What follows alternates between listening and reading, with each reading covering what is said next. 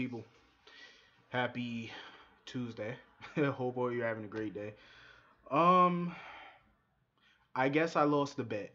I lost the bet. Didn't I say Maxie and Nathan wouldn't get married? I guess I lost the bet. They did get married. I didn't think it was gonna happen. I really did not think it was gonna happen. I was like, shit, they got married. Congratulations, they did it. I didn't think they would, but they did it. Um, I know a lot of people didn't like, Blake Barris as the acting Spinelli, but you got to remember he's new to the role. Bradford Anderson, he left, some big shoes to fill.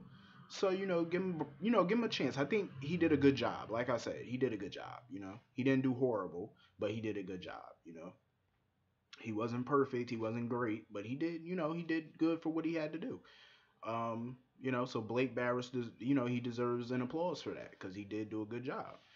Um, I love the part when Obrecht came in. Obrecht, I was kind of surprised. I'm like, damn, I was thinking that too. I said, where the fuck is Obrecht?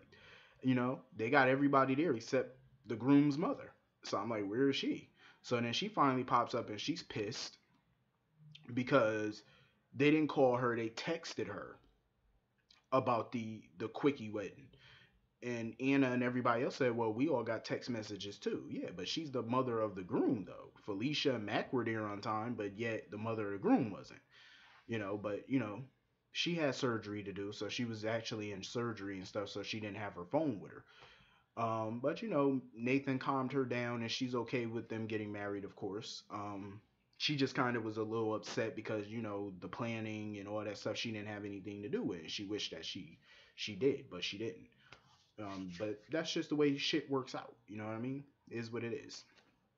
Um, so Spinelli did the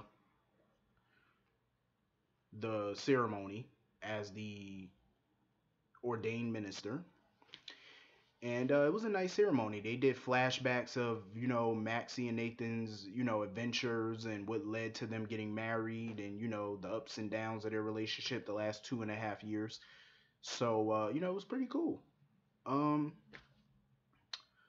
Now they're married, and Maxie of course is not going to be taking Nathan's last name, which kind of surprised me, but in a way it didn't, because you know what I noticed on soaps now, a lot of people that get married, they're not taking their spouse's last name like they used to back in the day, like years ago and stuff like that. Because on a soap opera, like when people get married, they always take the spouse's name. Now it seems like nobody's using their spouse's name. Even on The Young and the Restless, Devon and Hillary. Hillary doesn't really go by Mrs. Hamilton. She still goes by Hillary Curtis.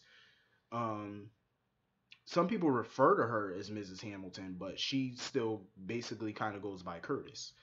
Um, which is cool, It's a new day and age. Hell, it's 2017. What are you gonna do? Um, a lot of people at the wedding use this opportunity. They use this wedding to get in Valentine's face about whatever it is they're mad at. Like Lulu, this is your best friend's wedding, and you choose your best friend's wedding. See, I just feel like Lulu always use inopportune times to drudge up stupid shit. You know what I mean? That don't need to be brought up at that moment. It's like the wrong time to bring that shit up. Like New Year's Eve. Her and Dante were celebrating New Year's Eve at the Metro Court. All they could talk about was Charlotte in the custody battle. That's all they could talk about.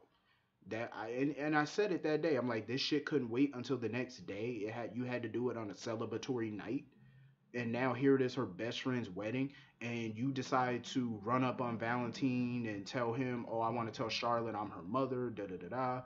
You can't wait until the next day to do all of this stuff and to talk about all this stuff. Like, this is your best friend's wedding.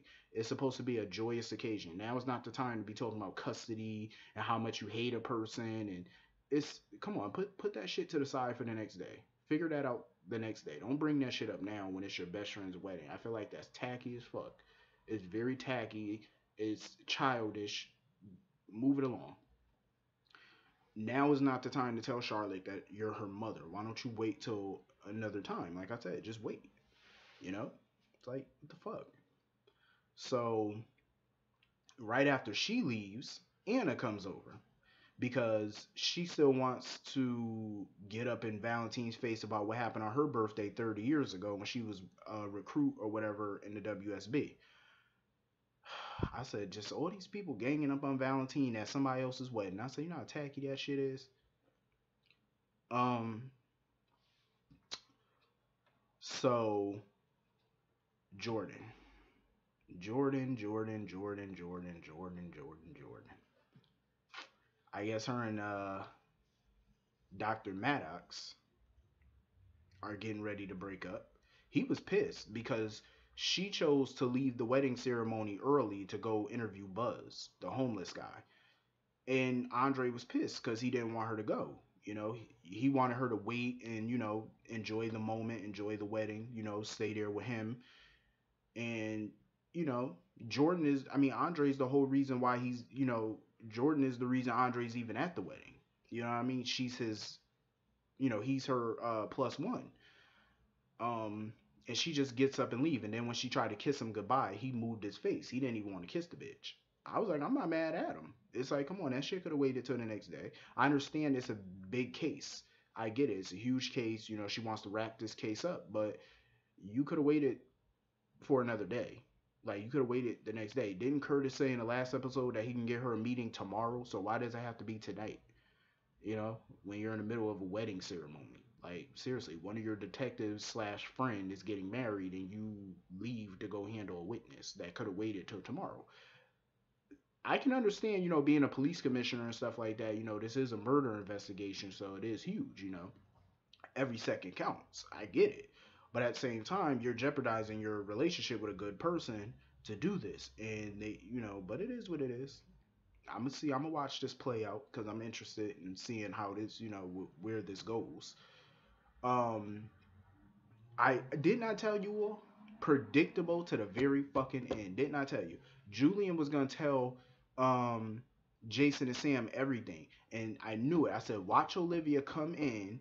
He finds out about Leo, or somebody interrupts, and he clamors up, and he chooses not to tell Jason and Sam the truth. I knew it. I fucking said it. I knew it, and it happened. Typical. It happened. I knew it. I'm like, this is some typical ass shit. So of course, Rudge was sending him a message or whatever through Leo, but thank God Leo's okay. He's good. Excuse me, but he's good, which is good. Julian was appreciative of Ned. I forgot all about Ned and Olivia. I haven't seen them on screen in so long. I forgot they were even still a couple. But Olivia wanted to know from Ned, like, is he ready to be a father figure to Leo? And I could tell by her asking that question, she also wanted to know, is he 100% into this relationship and being a potential stepdad or father figure to Leo? And Ned said, yeah, he's down. He's all in. And I like their relationship. It's a mature adult relationship. And I could definitely see Olivia and Ned getting married sometime soon. I could definitely see it if they keep them around long enough. I could see them, getting married. Hopefully they don't get married off screen. Hopefully not. That'd be fucked up. I want to see Ned and Olivia get married. I like them together. Just like I like Kevin and Laura together. I like, Ned and Olivia together. I wish they would show them a little more as a couple. You know what I mean? Like, they just keep backburnering them, and I hate that. I'm like, you got them as a couple, and then when people see them after months of not seeing them, you forget that they're even dating. You know what I mean? You totally forget. It's like, you need to keep them on. You don't have to show them 5 days a week, but at least show them 2, 3 days out the week. You know what I mean? To see the progression of their relationship. So that way people would actually care and remember. They need to start doing that. Um, so Jason, he was telling Sam she needs to take it easy with the baby, because she's been having cramps and stuff lately, which is true. She do need to take it easy and stop, being so involved in this murder case with Morgan. Let Jason and Curtis handle that. You go home, be with Danny, go relax. Because the last thing we need is another dead baby. It's the last thing we all need. Um, so what else happened? Julian went to some place or whatever where Rudge was. He demanded to see the boss. And of course, guess who steps out? My boo, Olivia Jerome. Tanya Walker. I love me some Tanya Walker. Listen, when she played Alex Olenoff on One Life to Live, that was my bitch. I remember when she married Asa. Alex was my bitch. Like seriously, she thought she was the shit trying to stand up to Asa Buchanan, and Asa shut that bitch down. That was some funny ass shit. I love Alex. And now I get to see her because, like I said before, I never seen her play Olivia Jerome. You know, I started watching the show years later, so I only saw her as Alex Olenoff. Now I get to see her as Olivia Jerome, and you know what I'm waiting for. Y'all already know what I'm waiting for. Olivia Jerome versus Ava Jerome. That's what the fuck I'm waiting for. I want to see this. I want to see this shit. I want to see the two of them bitches come together. I want to see that. I want to see how this shit implode. Alex and Ava. I gotta see this. Ava thinks she a bad bitch, but I want to see her go up against Olivia. I want to see this shit. I think this is gonna be the battle of the motherfucking titans. I want to see this. You know what would be so hot if we threw Claudia Zakara in there? Claudia versus Ava versus Olivia. Who the fuck do you think would win? I think it's a tie between Olivia and Claudia. Ava, I would throw that bitch out the mix. Cause I don't even think Ava. She doesn't compare to the two of them. Now, if you threw my other boo, Helena Cassadine, in there, Helena shut all them bitches down. Just with a flick of the wrist, she'll shut all them bitches down. But anyway, I think that's everything in this episode. So let me know what you thought about today's episode. See you all later. Have a good day.